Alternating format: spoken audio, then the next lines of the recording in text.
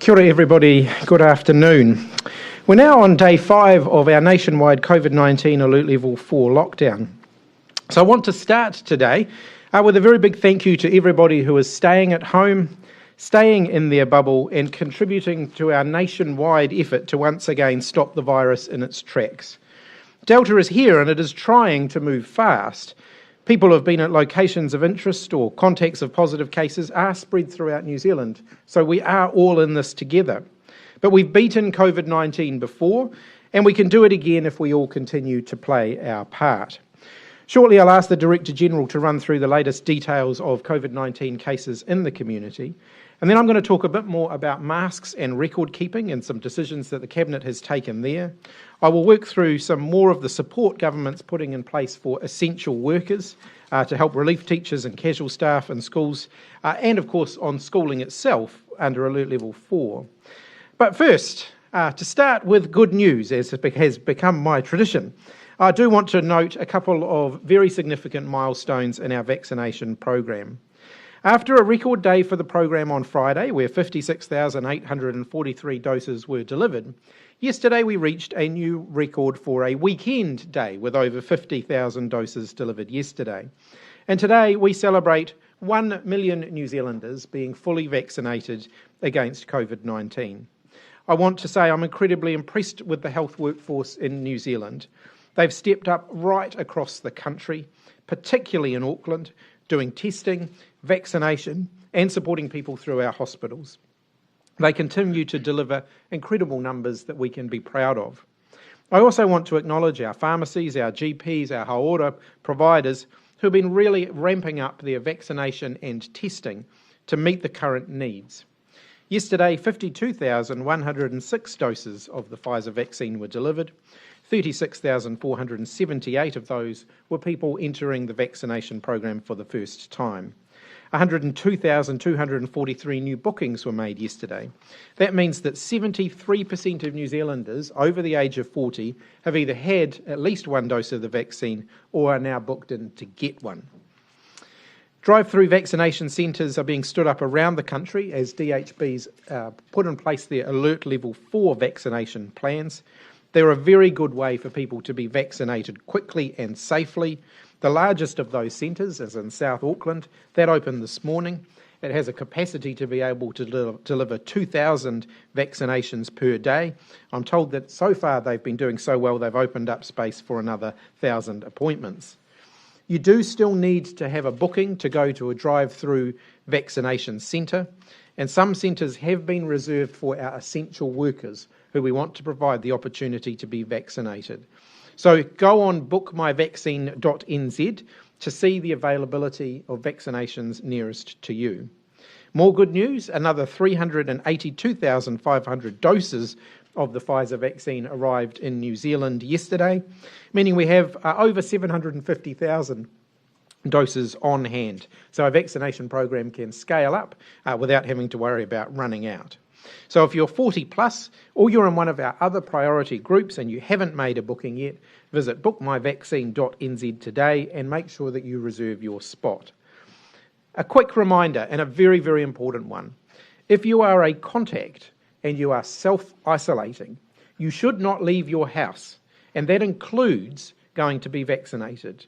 If you have a booking, please call the vaccine booking number or go online to bookmyvaccine.nz to change or to delay your booking. If you are a contact and you are self-isolating, please do not go to a vaccination centre. You will be able to rebook. You will also be able to rebook if you are a contact of a community case. So you should also avoid going to the supermarket or to the dairy on your way home from going and getting a COVID test. Please get someone else to do your shopping for you and to deliver that to you in a contactless way if you are at home and you are isolating. Dr. Bloomfield. Thank you, Minister. Kia ora koutou katoa.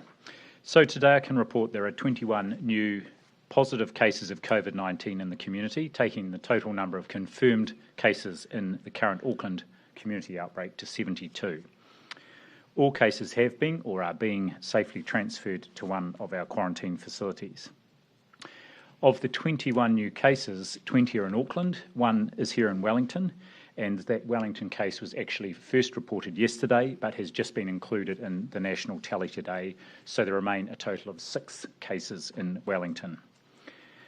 61 of the cases are now confirmed as part of the Auckland cluster, with the remaining 11 under investigation to confirm a linkage to the outbreak, either epidemiologically or through whole genome sequencing or both, but initial assessment in most cases show an obvious link. Public health staff are obviously rapidly interviewing the new cases to establish how they were infected and any further details of their movements and possible locations of interest.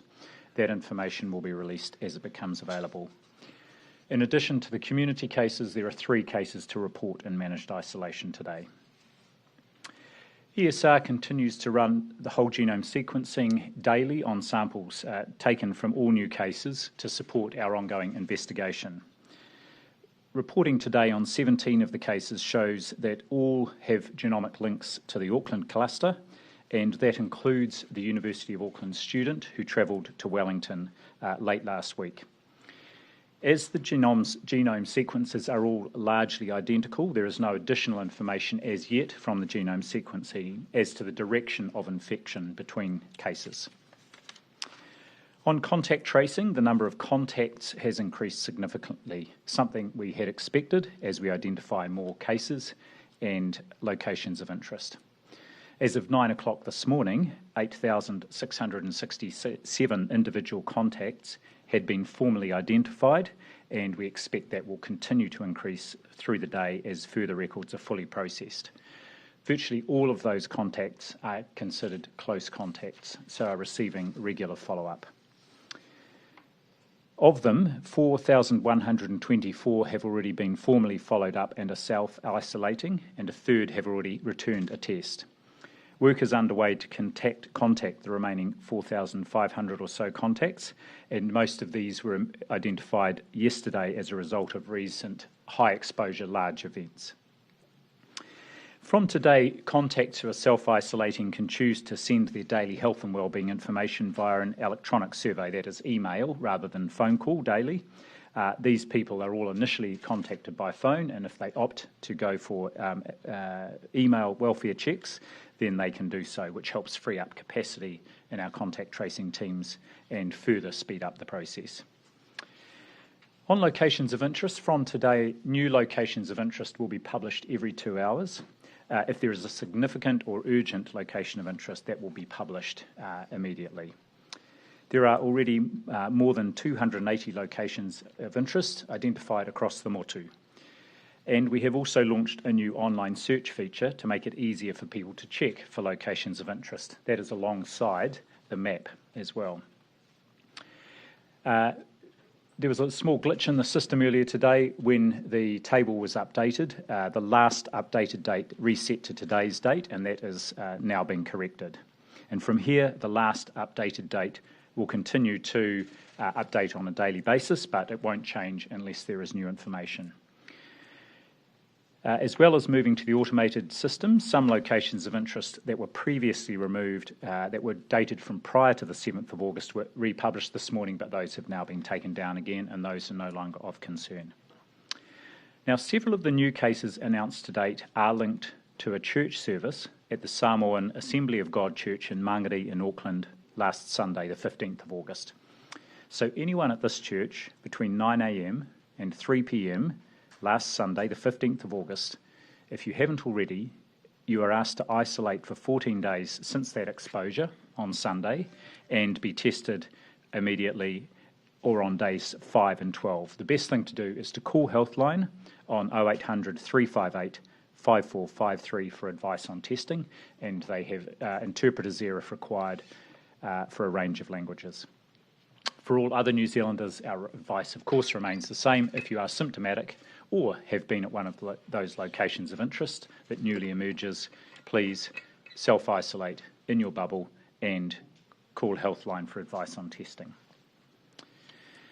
On testing, I would like to just reiterate that advice. If you are not a contact or you're not symptomatic, then you don't need to be tested. The most important thing you can do to contribute to our overall response is to stay home. That's your best protection. Yesterday, 38,389 tests were processed across the country. So in the last week, more than 127,000 tests have been processed, equivalent to almost 3% of the New Zealand population. Clearly a huge effort, and helps to build the picture of the outbreak and give us increasing confidence about where the boundaries of it are.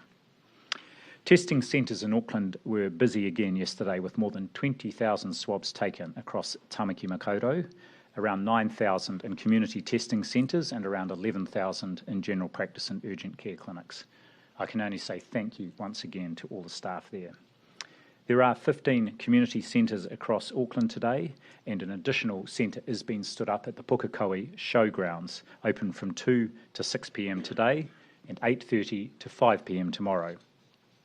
There's also continuing community testing in Coromandel, Thames and Hamilton, and there is a centre as well in Tokoroa, given the exposure there at a location of interest. All DHBs continue to provide good access to testing across the region, and there are good numbers of tests across the country.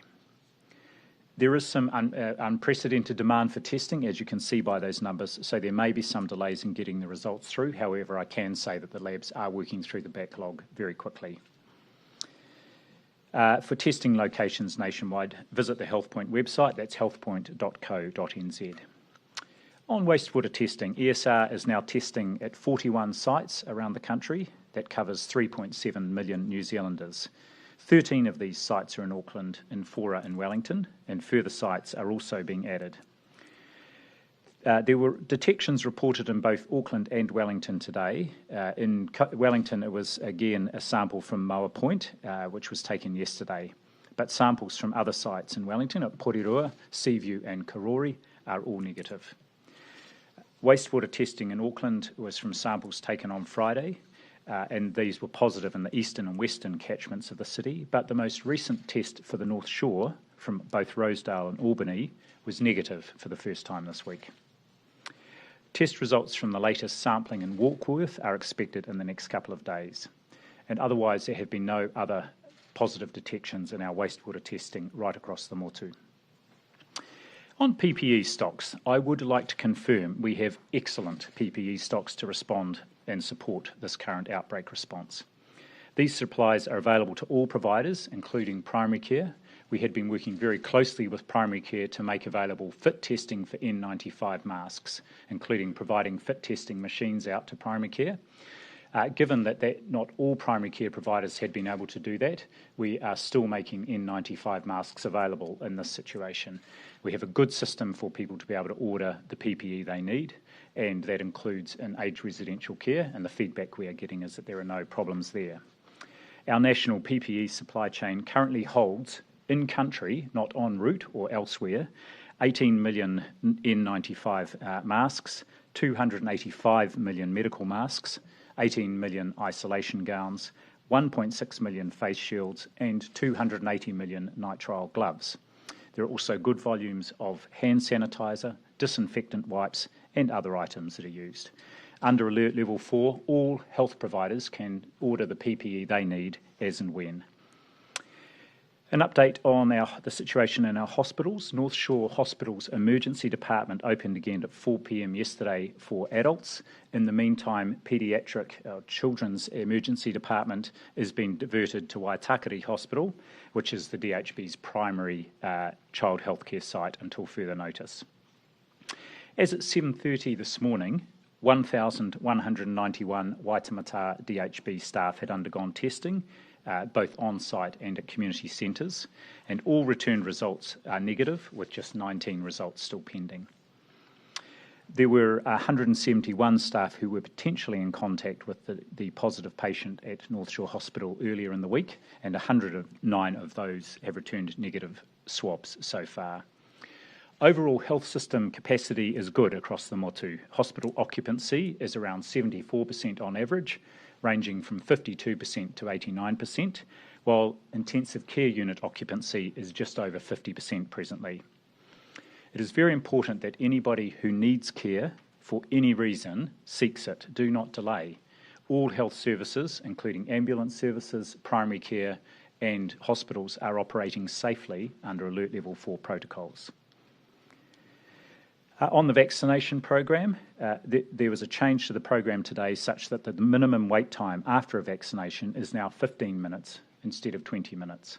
This is based on advice from our COVID vaccination technical advisory group and is consistent with the approach in a number of other countries, including Australia and the United States. I myself was one of the first people to have the benefit of that slightly shorter waiting time this morning. It is the standard wait time, as I said, actually in both the UK and the US. Finally, on a separate note, as the Minister said, and I want to reiterate this, some people are going for their COVID vaccination after or while a test, or while on the way home, or while waiting for a test result. Please don't visit the pharmacy or the supermarket or the petrol station. It's very important, and the most important thing people can do if they need a test or have had a test, that they isolate until they receive the test result. Thank you, Minister. Thank you. We're all getting used to wearing our masks when we're out of the house for essential travel or for doing our shopping. I appreciate it's not what we're used to, but we are all getting used to having our masks. I'd like to remind everyone it is mandatory to wear them when visiting Alert Level 4 businesses and services. Ministers have also decided, based on advice that we've received and we've been working through over the last few weeks, that record keeping, such as scanning with the Covid-19 Tracer app or manually signing in, will become mandatory for most events and businesses at all alert levels. It's clear that when people use the app or manually sign in rather than relying on their memory, contact tracing can happen much more quickly. And as we know, particularly in light of the situation we're facing with the Delta variant, speed means a lot. So we know from our own and from overseas examples that an outbreak of COVID-19 can be extremely difficult to trace and contain without people having a good record of where they have been and who they've come into contact with. So it will become mandatory to make a record of where you have been and the sorts of places where people gather consistently and in large numbers. That includes cafes, restaurants, bars, casinos, concerts, aged care facilities, healthcare facilities, barbers, exercise facilities, nightclubs, libraries, courts, local and central government agencies and social service providers who have a customer service counter. Places where records are already kept and people are already required to sign in, like gyms and some workplaces, won't need to adjust what they are already doing because they are already complying. Mandatory record keeping is already required at social gatherings when visiting a marae, at a wedding, a funeral, a tangihana, or a faith-based service when we are at Alert Level 2. We're now making that a requirement at all alert levels. The obligation will be on the person responsible for the place or the gathering to ensure that people scan or sign in. This will become effective 7 days after any change in alert level settings that might allow more businesses to open or gatherings to go ahead, to give people time to get their systems in place. We want to ensure that businesses and those who might be organising a gathering event have the time to get this sorted. It is an additional responsibility that we're placing on them, but we ask them to do that as quickly as they possibly can. In terms of support for essential workers, people will recall that under Alert Level 4 last year we made sure that childcare arrangements were available for essential workers who did not have other arrangements that would allow them to go to work. The government's agreed to put that scheme back in place under Alert Level 4. That will support people such as emergency service workers, border workers, and others who have to go to work at Alert Level 4 to provide quality care for their children. The Ministry of Education is working with 32 different providers across the country, and they're being made available for parents to contact from today. Just like last time, these are all licensed services that usually provide home-based early childhood education, so all of the necessary safety checks are in place. Each carer involved in the scheme will be limited to providing care for only one family. So there is limited capacity, but that means that the bubbles will stay tight and we can ensure that this doesn't become a way for the virus to spread. Families that already have in-home childcare arrangements in place won't be eligible. Those arrangements can continue as long as the carer is only dealing with one family. The government has also agreed to put in place an emergency payment scheme for relief teachers and casual support staff, and that these people are not eligible for the wage subsidy. Further information on that will be released by the Ministry of Education. I know people are also keen to know what's happening with schooling and what preparations are underway in the event that some of our young people need to continue to learn from home. We are in the process of purchasing additional devices and making sure that we have additional hard packs of materials available to send out should we need those. We already have 36,000 devices out in schools and kura across the country, supporting year 9 to 13 students to learn from home, and we're supporting 40,000 households to stay connected to the internet where they wouldn't otherwise be able to. Online resources for teachers, parents and students are available on learningfromhome.govt.nz and the Ki Te Ao Marama websites. They're available in both English and in Māori. The on-demand content from the home learning and Māori Reo Māori TV stations that were set up during the last lockdown continue to be available to TVNZ on demand. If we do need to extend the use of those services, we will be able to stand up those Learning from Home TV channels again and add new content if that's necessary. I want to finish by reiterating what the Prime Minister said yesterday. Remember to look out for your friends, neighbours and your family. Do they need supplies? Are they lonely? Drop them a text, give them a call. Do check up on them. Hearing a familiar voice or just listening can help people to feel connected and cared for. It's a small but important thing that we can all do. Please stay in your bubble. You just need to look across to our friends in Australia to see how people flouting the rules can drive ongoing transmission within the community. That would keep extending lockdown further, as it has done in Australia. If we all stay in our bubbles, if we all resist the urge to travel unless it's essential, however tempting it might be, then we can we can all contribute to getting through this. The vast majority of New Zealanders are doing the right thing.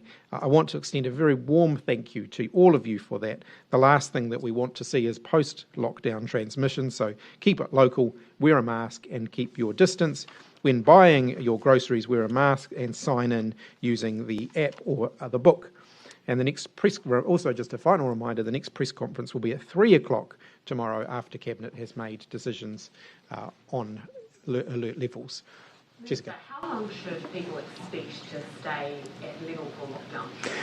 Look, there's still a whole 24 hours worth of information together, and we do make those, we do get the latest information together right before the Cabinet meeting so that we can make that based on the latest data. And I think we've always indicated before, regional boundaries are a possibility, so that not everyone will stay at the same alert level right the way through. As we get a better handle on risk, and we will know even more in 24 hours than we know now, there's potential for movement. Now, that movement may not happen immediately, but we may be able to signal it. I don't want to foreshadow any decisions we might make tomorrow because, as I've said, we've still got 24 hours worth of information together. The South Island is an obvious one. Would you consider cycling off some of the areas in the North Island as well? Obviously, Wellington and Auckland have been the main hotspots, but is there a possibility that some regions in the North Island could also be separated? What I can tell you is that our planners, for some time now, have worked up a whole variety of different scenarios for different challenges up and down the country, and that includes a variety of different regional boundaries that could be applied, whether it's a regional boundary for Auckland, a regional boundary for Auckland and the Coromandel and the Bay of Plenty and Waikato, a regional boundary for Wellington. These are all possibilities that are on the table, but what I would say is we will give people plenty of notice at such time as we are, looking to move if we were to do that. I really don't want to preempt what we might end up with tomorrow because there's still more information to gather. I'll let you finish that, Jessica, and then. Samoan Assembly of God church service that you highlighted. How concerned should we be about that? Is there a possibility it could be a super spreader event? How many cases are linked to that service? I'll let Dr. Bloomfield comment on that. One thing that I would just note about this particular group of cases that we are dealing with is we are seeing more large events and more large gatherings in this than in any of the outbreaks that we've dealt with before. And so that is meaning we've got many more contacts than we have before. That, of course, does put the system under pressure. Dr. Bloomfield. Thanks, Minister. I just want to reiterate that point, that actually it's one of a number of large gatherings, and we've got several schools, large schools also involved. So this is a priority for our contact tracing efforts. And what we have seen in the past, of course, the Pacific community leaders are very good at mobilising the community to get tested, and this is coming through in our testing results. So by far the highest rate of testing is amongst our Pacific community, and we want to encourage that, because by getting tested we will identify any cases. But certainly there is a number of cases now around that event, including 3 of our cases down here in Wellington who had been at that event in Auckland. So there's that, the church service, there's the school. What are the other big events that need to be highlighted and prioritised, like I talked about? So a couple that come to mind. One is that our University of Auckland student, who is now in Wellington, had attended, was at a university hall and attended a common dining area, and also attended a large ball with others on the Saturday night.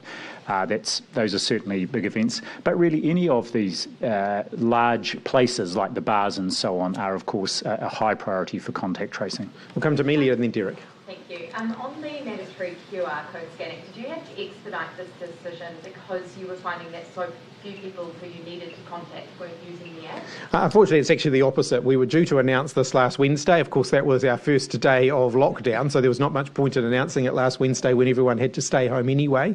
But we're announcing it now so that people know that that's what they should expect when the lockdown is over, whenever that may be. But so we got figures back from the Ministry of Health last night that 32% of the outbreak, the contacts needed to be contacted from this outbreak were using that app. Is that good enough, and is this why you had to? Look, you will have heard me say for some time I've been dissatisfied with the amount of QR code scanning that's been going on. We've been exploring how to best do this, and that's included consideration of the privacy aspects of that, also consideration of some of the rules around the Bluetooth framework that we are using and making sure we don't lose access to that. You'll note that we're talking about mandatory record keeping rather than mandatory use of the QR code system. We want people to be keeping a record. I would highly recommend to them the QR code system because it's a very fast, safe, easy, convenient way to keep a record of where you've been. And will there be any sort of more support for businesses who are now going to have to enforce this? Look, we want to give businesses a bit of time to adjust, and some of them will need a little bit of time after we come out of our alert level 4 to make any adjustments that they need. So we will give them a little bit of a grace period in order to do that. We do acknowledge that it is an extra impost on business, but a lot less than higher alert levels. So this is something we've been consulting and speaking widely with the business community, the hospitality sector. They are actually very supportive of this move because they can see the benefit of it in terms of reducing the probability of having to be closed for long periods of time. Derek. Sorry, can I just clarify, Dr. Bloomfield, from GS, you said 3 of the cases in Wellington went to the church service on Sunday. Can you tell us how many of the cases in the cluster in total were from that church service so far? No, I don't have the total number of that, and some of the new cases are still being interviewed that may or may not be associated with that service. How many people were at the service? No, I don't. And do you also know if there are any cases you said you focused on the University of Auckland students, the common dining area and the large ball? Have there been any cases come from those venues? My understanding from the discussion this morning, amongst the 11 cases that are as yet not formally linked, a couple of those are University of Auckland students, so we'd anticipate that link there, but we'll update as soon as we've got more information on that. Does it seem that so far there are 72 cases, most of them are from like household transmission rather than locations of interest transmission at this point? Well, as we saw even last August, there sort of are these clusters emerging, and one is around the Samoan Assembly of God. There's certainly one around, the initial cases were all clustered around a flat and acquaintances, partners, workmates around that. And this is what we do see. And again, as you're suggesting, like New South Wales, we are seeing quite high transmission inside households of this variant. Ben. No other locations at this stage to be concerned about as a potential? Not specific locations of interest. Can I ask if previous lockdowns would have breakdowns in the health status of each patient and how many might be hospitalised for requiring ICU level care? Do you have those figures? At the moment, my understanding is we still have 2 people in hospital. We've not had anyone who's required ICU level care. Actually, let me give you an update here. Sorry, we have 5 people, none of whom are in ICU. And Ms. Hipkins, do you have an update on the source investigation and how the virus might have leaked from MIT? I can say that the source of investigation remains an investigation. So we are running down every lead that we possibly can. We haven't got a confirmed hypothesis at this point. I'll invite the Director General to make a comment as well, as if he wants to. Thanks, Minister. One comment just to start with is the 4 cases from the Crown Plaza are all included in this outbreak amongst the numbers, so they're considered as part of the outbreak. You remember we are focusing on the most likely source is the person who had come back from New South Wales and was in the Crown Plaza. We still haven't yet exposed exactly where that the virus may have got from that person into the community, but that person also, or there was infection also of 3 people in the neighbouring room. So those 4 people are considered part of the cluster. We continue to pursue every avenue quite vigorously to see where that transmission might have occurred. Have you had test results from the 408 odd people that were took part in the Crown Plaza, the workers? Have you had those test results? Actually, I think those were all back a couple of days ago. If they hadn't been tested in the preceding 48 hours, they were all retested and all those results negative. The feedback that we've had so far is that a transmission to staff and then staff bringing it into the community at this point is almost ruled out as a possibility. We'll come up the back, Joe. Just in terms of the investigation, Dr. Bloomfield, the 3 who contracted from the original case did use the walkway area on the 12th of August for about 16 minutes. I know there were no other returnees here, but what has the CCTV sort of shown up in terms of that public walkway right next to it that shares the same airspace? Yeah, my understanding is, the Minister will correct me, is that that showed 3 people who had used that public walkway who possibly were there at the point in time when this person, who we think is the source of the outbreak, was being moved into the hotel.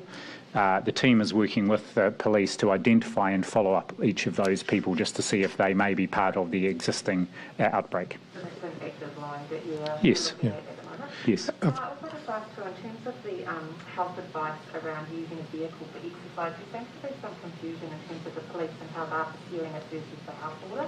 Can you just clarify that for people? I'm very happy to comment on that. People can exercise if they can't. You can get in their car to drive to somewhere to exercise if they can't exercise, right beside their home within walking distance. But they shouldn't be travelling miles to go to the beach or to somewhere that's a long way away.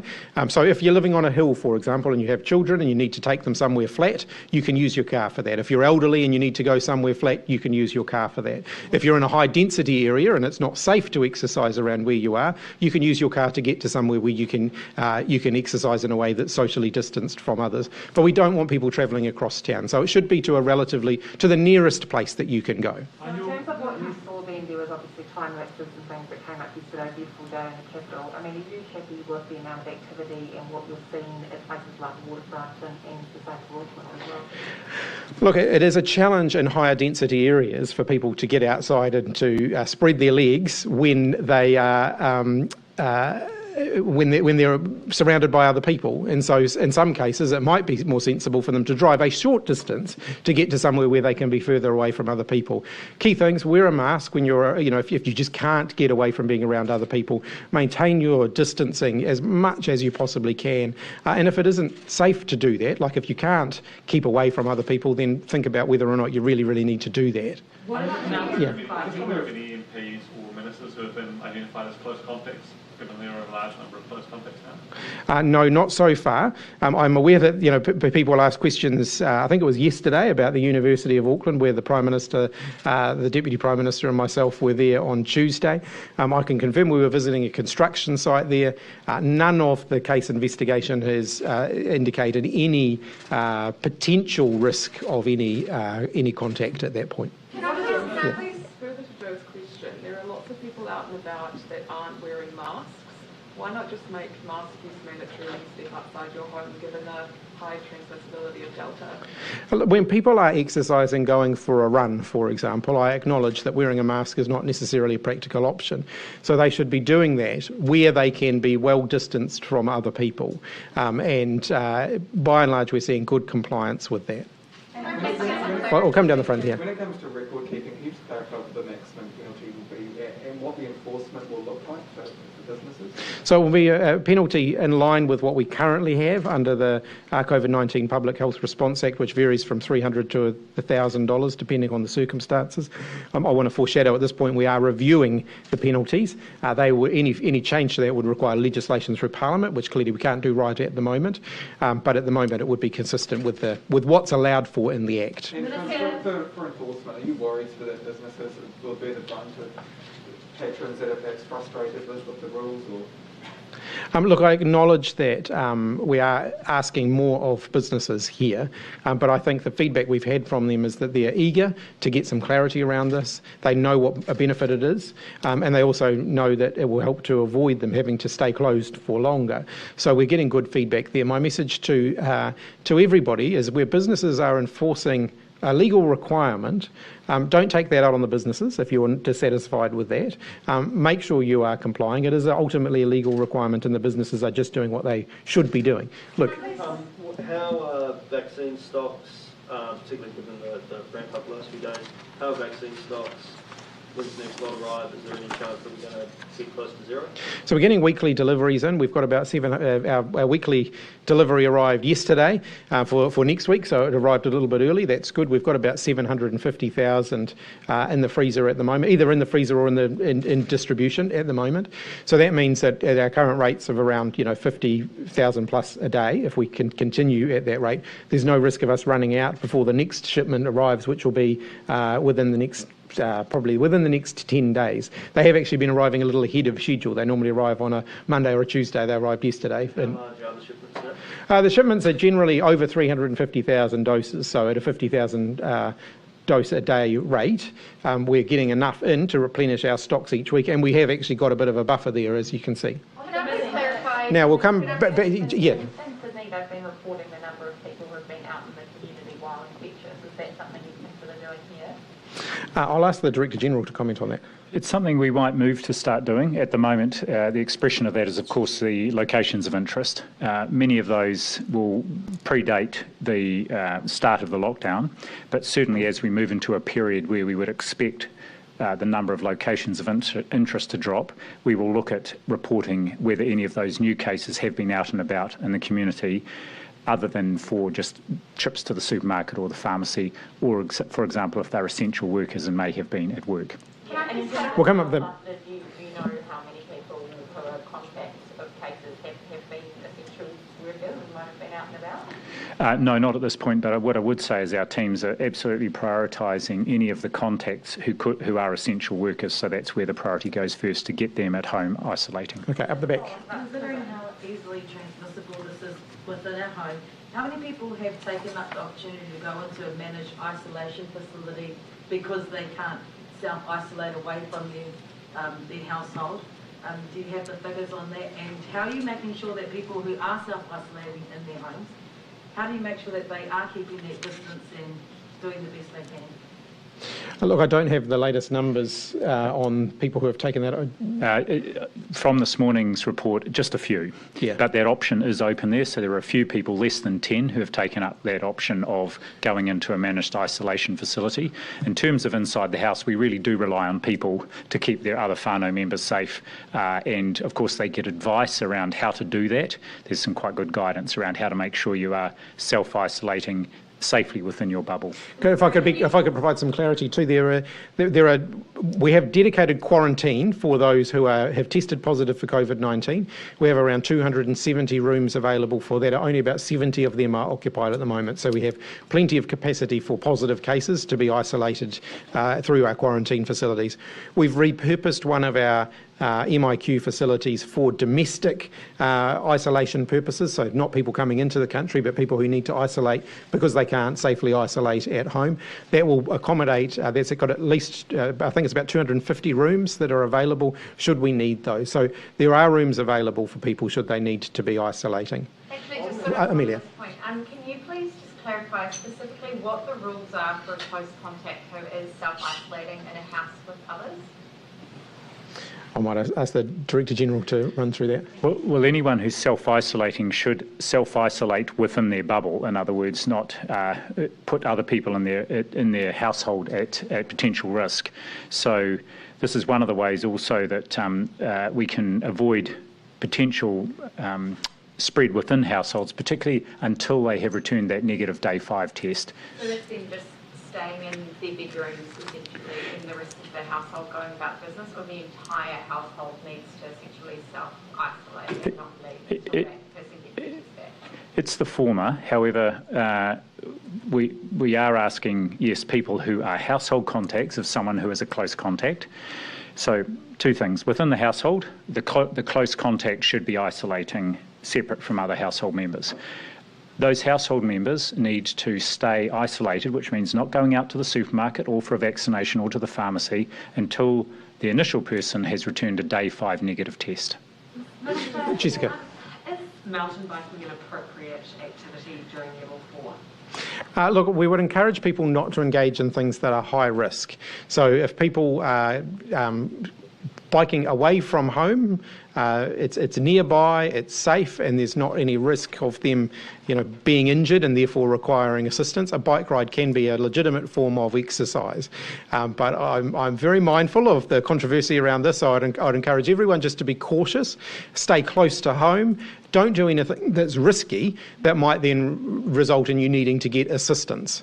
Can I ask you a question also about vaccination rates in prisons too? We understand that there was a pause, that the prison population was told to pause the vaccination rate. Is that appropriate given how close together prisons operate and could be quite a vulnerable area for us? We're very mindful of the people who we have in custody and the potential for COVID-19 to spread significantly and quickly in those kind of settings. We've seen that elsewhere around the world. It is one of the reasons why we have had a vaccination program in our prisons. I don't have the latest numbers with me, but I'm certainly happy to get those for you. Look, I will have to come back to you on that. I don't have that information with me at the moment, but I can certainly get it for you. Just go back to the domestic isolation facility. Is that in one in Wellington, or is that in addition to the jet park in Auckland? That's in Auckland. There's the Holiday Inn in Auckland, near the airport, which we'll be using there. Our facilities in Wellington and Christchurch also have capacity as well. They'll be in dual-use facilities, though, where we separate out different wings of the facilities for different groups. And can I just have a bit of clarification, just for people who have their second COVID vaccine booked in 3 weeks later with the new guidance, should they be changing that? Or as we're in the middle of a pandemic, should they be keeping that booking? No, they don't have to. So people who were already booked when we extended the time frame from 3 weeks to 6 weeks, they can continue to get their second dose at 6 weeks if that's what they wish to do. They are, of course, welcome to rebook for 6 weeks later, 6 weeks after their first dose, if that's what they want to do. But they don't have to rebook.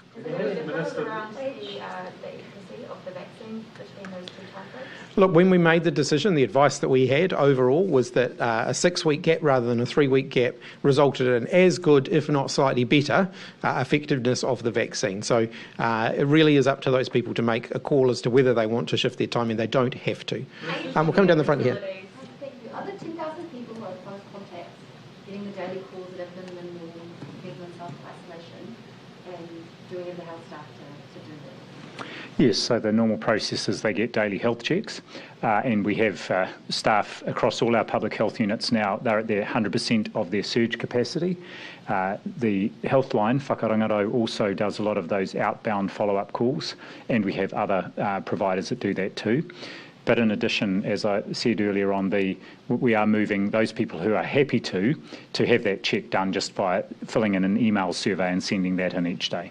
Joe. A couple of questions from Mark. Has Apple and Google said this approach is okay in terms of the mandatory scanning, and whether they fully support the Bluetooth tracing? Because they've previously indicated that they would if it became mandatory. And will you consider legislation prohibiting that scanning and sign-in data from being used for anything other than contact tracing?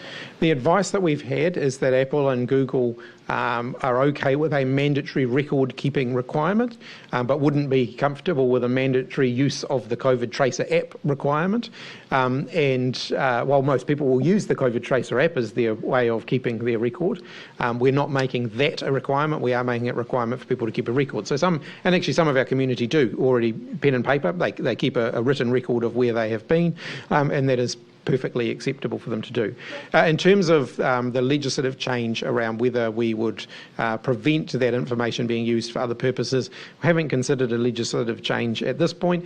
We have been clear that we would not envisage it being used for any other purpose than contact tracing. That is the purpose for which it is collected. We would not envisage it being used for any other purpose.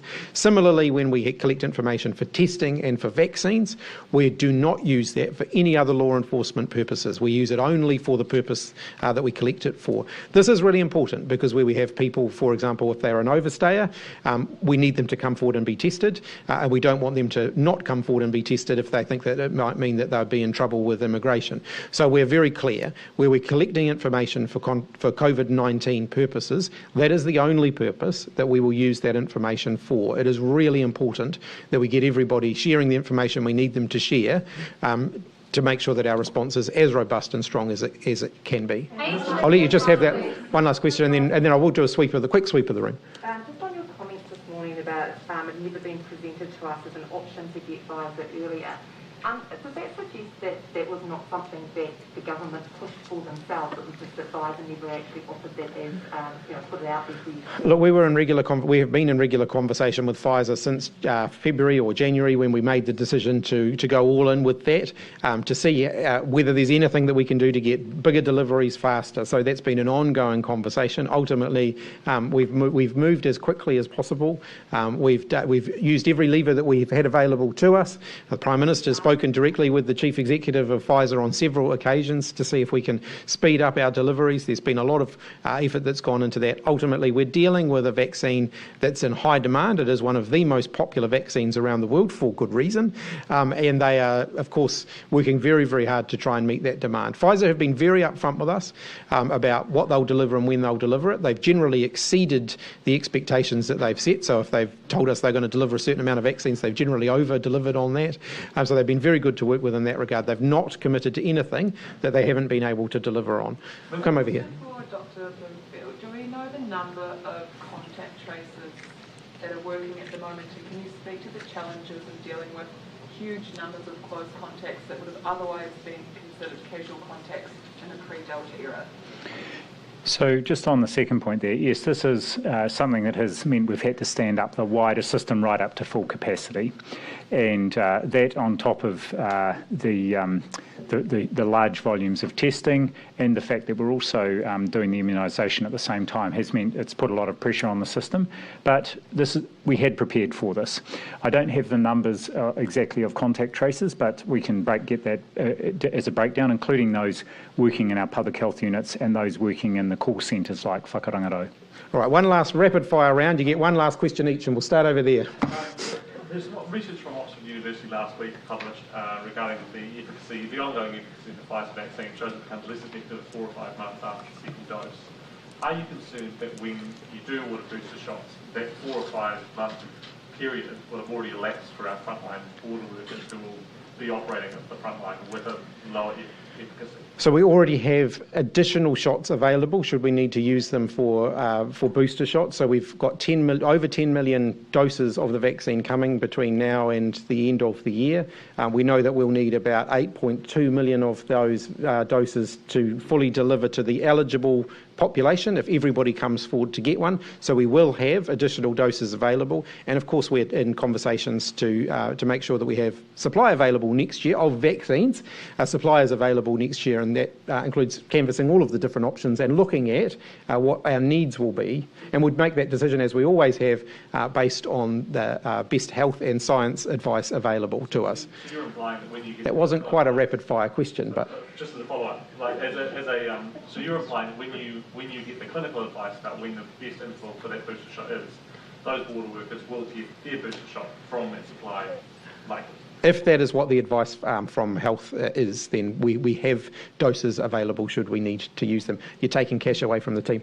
Yep. When will the decision be made about Parliament sitting this week, and is Parliament sitting in essential service? We'll make a decision about that after Cabinet on Monday. We'll have conversations with the other political parties before we make that decision, and part of those conversations, of course, will include how we ensure democratic scrutiny in the event that Parliament is unable to meet in person as it normally would, and that will include consideration of select committee meetings, televising select committee meetings, and a whole variety of other things. So conversations have already started, and we'll continue to have that, but we need a final decision about how long we're doing this for, or whether we're doing this for the next week or two before we can finalise that. Luke? Do you think Parliament sitting is an essential service? Look, Parliament is vitally important. There's no question about that. Parliament regularly doesn't sit for several weeks at a time, and we will ultimately make decisions next week. Is there enough support available to people who are self-isolating at home and maybe quite isolated? I mean, I've had reports that it might take up to 6 days to get some groceries delivered, or even some supermarkets you can't even get click or collect or delivery now because they're just totally snowballed. I mean, is there enough support? And what can people do to, say, get groceries? Look, I know that the supermarkets are working really hard to support people to get groceries, for example, with home deliveries and so on. Please, when ordering through the supermarkets, let them know if you need it and that you have no other option but their home deliveries. Please let them know that so that they can prioritise if at all possible. I know the supermarkets are working really hard to try and do that. Again, this is a situation where neighbours can help. They can do grocery shopping for their neighbours and contactless deliver them to their neighbours, and I've seen examples of where that's happening around the country, and I just commend people for taking that approach. Yes. Some doctors who haven't been briefed first prior to announcements have been flooded with calls and questions, such as the 12-year-olds who were coming in for vaccines. What's your advice for them? Is that more of a DHB issue? And also, are you happy with service stations selling takeaway coffee under the level 4? So look, if you're bringing your younger family members with you to be vaccinated, make sure you've made an appointment for them as well. If people are being turned away bringing their children with them to be vaccinated, it'll be because the place that they're going doesn't have the capacity to be able to vaccinate that many people. So ring ahead and make sure that they have the capacity to be able to do that. Where they don't, we have got systems in place so that those people would be able to rebook within 2 weeks to get their vaccines at the same time as their children. So the key message is ring ahead. In terms of coffee, service stations are a level 4 essential service. Dr. Bloomfield, do you have the latest metric on the tracing metric of reaching 80% of contacts in 48 hours? No, we don't as yet, and we will be working on that. However, as we were discussing yesterday with the Prime Minister and Ministers, those metrics were established at a time when we had very small numbers of close contacts and more likely to have casual contacts. As part of our planning for a Delta outbreak, we had taken a much broader approach to identifying people as close contacts, and so there's a huge number of them in this situation. But we will endeavour to start publishing those metrics as we collect enough, as we get further into the outbreak. I just wanted to ask Mr. if you've had any confirmation in the review from Pfizer. No, not at this point. Yeah. So there's a big room going around Wellington, bus driver circles, that a bus driver is a positive case. No, not that I'm aware of. You mentioned at the beginning, both of you pointed out about the not going to the dairy or the supermarket when you're waiting and getting a test. How many times has that happened? Why did you need to highlight that? Look, we get anecdotal reports of that, of course, and so we can't quantify that, but it is certainly something that we don't want people to be doing. Ultimately, if you're getting a test, it means that there's a reason for that, and you're more at risk, and therefore, until that risk has been eliminated, or if you like, if you've had confirmation that you're not at risk because you've got a negative test result, then really we want you going straight to the testing station and straight home again, and avoiding coming into contact with anybody or going anywhere that you don't need to be. Aged care facilities are having to close hospital level beds and have huge staff shortages because nurses are leaving for district health boards and to become COVID vaccinators. What is your message to them? And then separately, in other countries, people are being vaccinated as they go to get tested. Are there any plans that perhaps when the rollout reaches the whole population to do 2 in 1?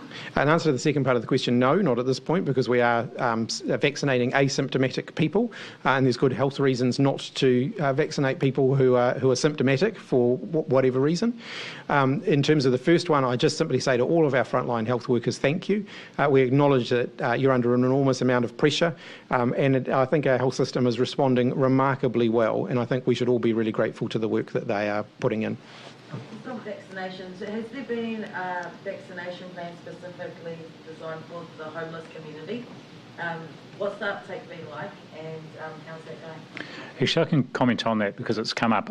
Just when I was having my vaccination this morning, the team were telling me about a very specific initiative they did here in Wellington with the Wellington Downtown Ministry, coordinated, and they had a really good event where they got a lot of the homeless people, and they were describing some of the events around that really were designed to support them. So I know other DHBs have also had specific events targeted at getting homeless people vaccinated. Is there any data around that being collected so we can see the numbers of people, how the outreach is going? We'll see if we can get that from the DHBs. It may take a few days just because of the other priorities at the moment, but we'll work to get that. All right, Lucky, last two, Ben, then Derek, and then we're done.